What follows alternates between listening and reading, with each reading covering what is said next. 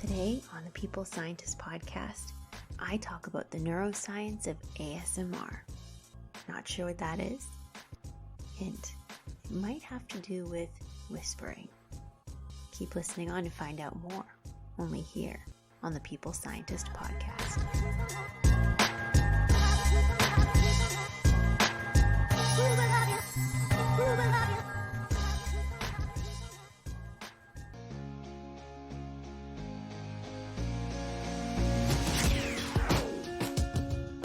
You are listening to The People Scientist, the podcast dedicated to helping us optimize our health with the latest scientific findings on neuroscience, physiology, and nutrition.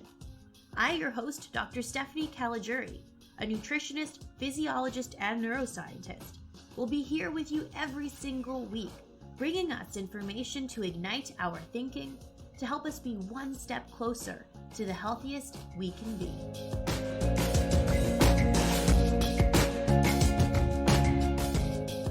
Hello, my People Scientist Army, and welcome back to the People Scientist podcast for episode 101, where every week I arm us with some scientific information so that we can all be a little bit smarter and healthier with every episode. How are you today? You doing okay? I hope that you are, and I hope that I can add a little something to your day with today's episode. So what are we talking about today? I thought it would be a fun topic to talk about the neuroscience of ASMR. Have you heard of ASMR before? It stands for Autonomous Sensory Meridian Response. What is that? Well, think of a tingling sensation starting in your scalp that may go down your neck, shoulders, and back, that is accompanied by a calming feeling and positive mood.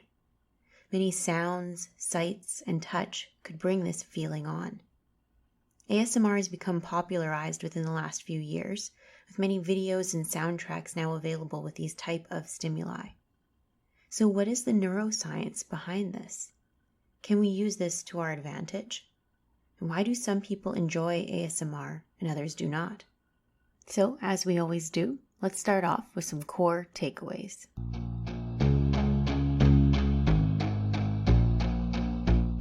Imagine you are in a quiet room.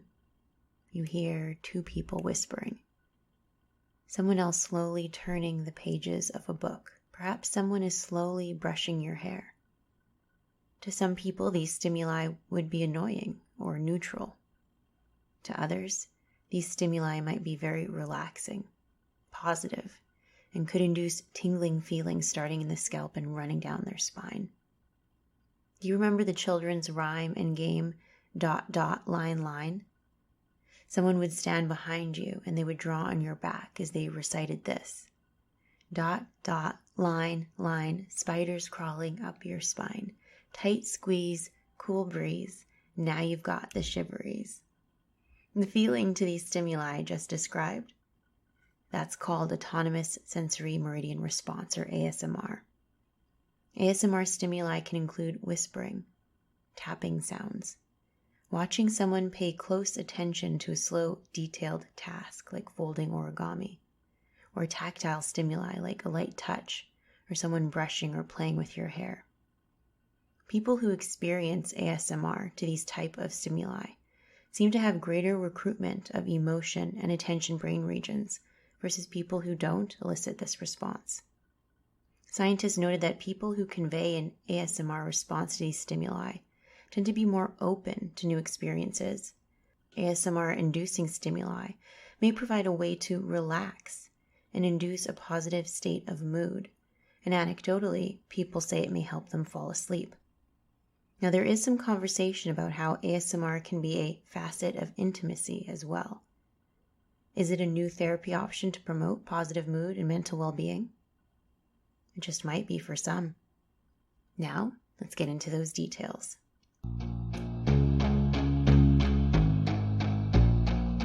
Autonomous Sensory Meridian Response, or ASMR, is a perceptual response in which specific stimuli elicit relaxing and pleasurable tingling sensations that may be initially located to the head and neck region and may spread to other parts of the body. ASMR can induce feelings of relaxation and positive mood.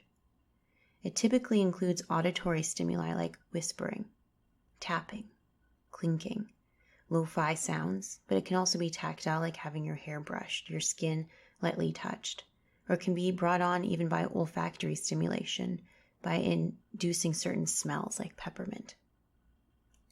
Florio in the journal PLOS One in 2018 reported that in people who enjoy ASMR, more than 70% said they enjoyed people speaking softly, having their hair played with or brushed, or listening to someone whisper.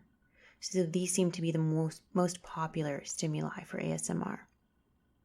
Now, when asked to watch videos of some ASMR stimuli, participants noted feelings of tingling, increased levels of excitement and calmness, and decreased levels of stress and sadness. A reduction in their heart rate and an increased conductance on their skin was noted as well. So the scientists of this study concluded that taking part in ASMR stimuli might be a method of therapy to help people relax and to reduce negative emotions. What do you think? Have you ever experienced ASMR? Did it help you feel better and more calm? Many people report as such. As a result, today on YouTube, you can find a plethora of videos of people providing ASMR stimuli, like people folding origami, whispering and telling a story, wrapping their hands slowly for a boxing fight, etc. It's a really interesting, out-of-the-box idea to induce relaxation, isn't it? People who enjoy ASMR have also been coined as the whisper community. Whispering or soft talking is a very popular ASMR stimulus. So what is it about whispering that makes it so effective? As Lee in 2011 wrote, "The whisper is a site of power in our hypersonic world, which since the dawn of the industrial age has become more and more cacophonous. Many vocal sounds are indistinct when whispered, therefore making clear communication difficult, and therefore it requires closeness between the speaker and the listener, and a high level of attention to one another. This is what makes the whispering feel intimate and powerful, particularly right now at a time in our world when we are all so physically separated. We're lacking intimacy with others. So right now, people might be even more so drawn to ASMR stimuli and the intimacy that whispering may offer us." Barrett in 2017 surveyed 126 individuals to determine what characteristics of the stimuli would elicit the ASMR response for people. Now, the pitch of someone's voice was dictated as very important, typically with a lower pitch voice being popular. Commonly, someone whispering very quietly and slowly is an effective ASMR stimuli. Sounds made from using an object like turning a page in a book, opening a bag of chips, the sound of someone eating something crunchy, tapping on metal objects, etc. seem to elicit this tingly feeling and positive, relaxing mood. Now, in a video of someone focusing on fine detail even, like folding paper of origami, and the sounds associated with that might also be very pleasing to watch and hear, according to this survey in 2017. Now, not everyone exhibits ASMR feelings or responds positively to these typical stimuli. So why is that? Who might be more likely to have this feeling? Well, Fred Borg in 2017 in the journal Frontiers in Psychology wanted to determine what type of personality traits were common among people who exhibited ASMR responses. Just like in last week's episode, I talked about the big 5 personality traits, and here in this study, they looked at them again. This includes openness, conscientiousness, now I can say that word, it took me some time from last week, extroversion, agreeableness, and neuroticism. So in this study, they had a control group that did not experience ASMR stimuli, and a group that did. Then they answered a survey with a series of questions to determine their personality trait scores. So which 5 traits do you think were more common in those that experience ASMR? Those who experience ASMR tend to be more open which makes sense in my opinion. They are open to new experiences, new feelings, sensations, etc. But interestingly, those who exhibited ASMR-like feelings to these stimuli also scored higher for neuroticism and lower scores for conscientiousness and extroversion.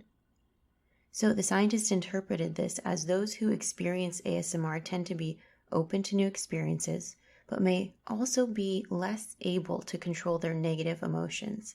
They may be more likely to feel anxious, depressed, or frustrated. It is thought that ASMR may provide a relief to those negative neurotic emotions in particular individuals. So of course this is not always the case, but they just found an increased likelihood of this personality trait in those who experience ASMR. So, can ASMR become a part of a treatment strategy for some to induce positive mood and relaxation?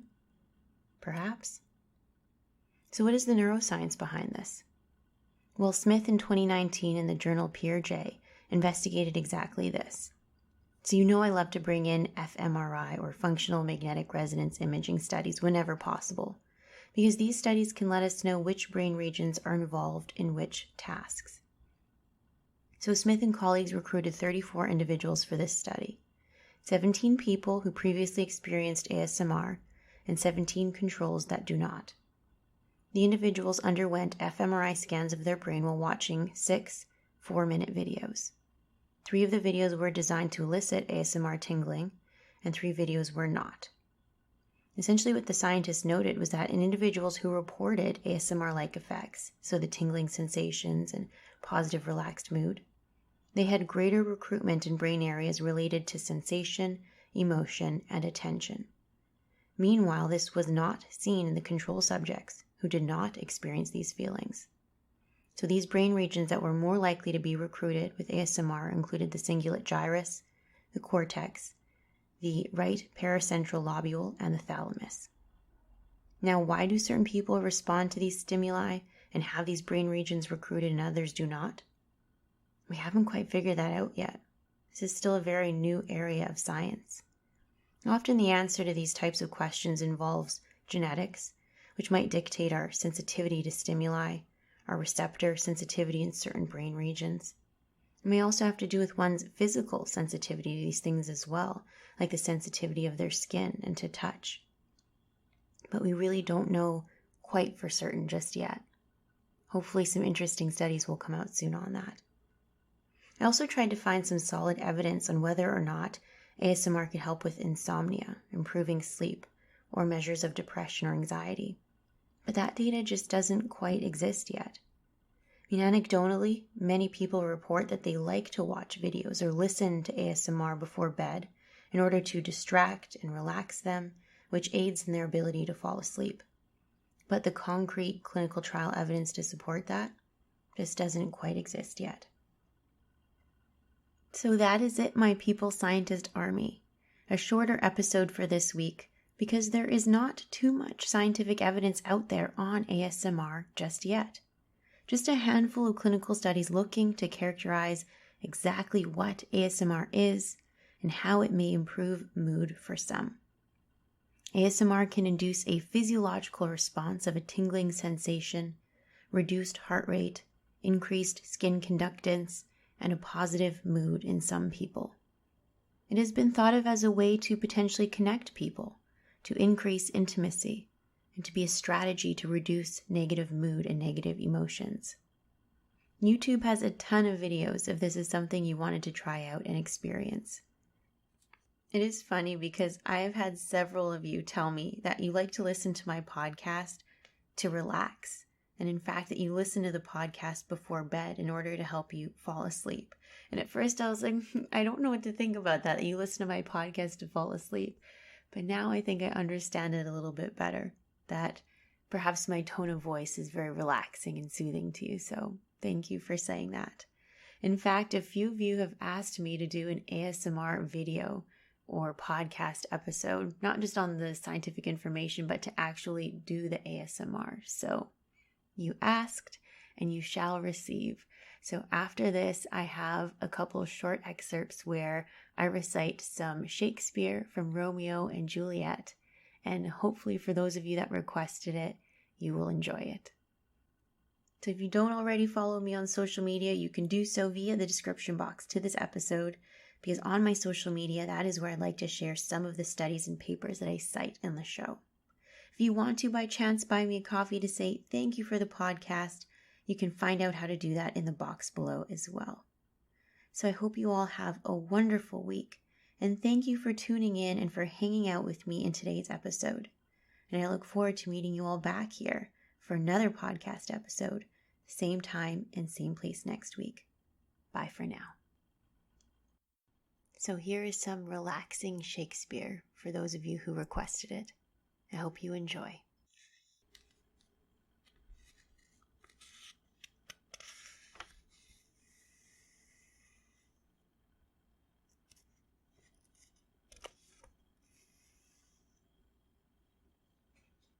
What say you?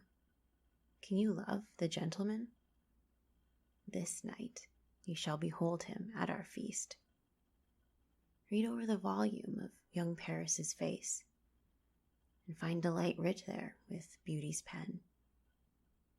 Examine every married lineament, and see how one another lends content, and what obscured in this fair volume lies, find written in the margin of his eyes. This precious book of love, this unbound lover, to beautify him only lacks a cover. The fish lives in the sea, and 'tis much pride, for fair without the fair within to hide. That book in many's eyes doth share the glory, that in gold clasps locks in the golden story. So shall you share all that he doth possess, by having him, making yourself no less.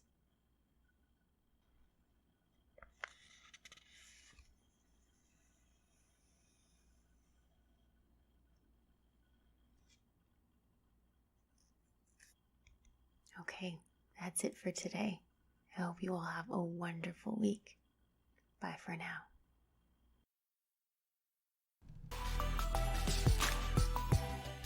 I am a scientist simply sharing scientific evidence. Some of the clinical interventions I discuss are not appropriate for everyone. Before making any changes to your diet or lifestyle, please do consult the advice of your physician or dietitian. My opinions expressed here do not necessarily reflect those of Mount Sinai Hospital and its affiliates.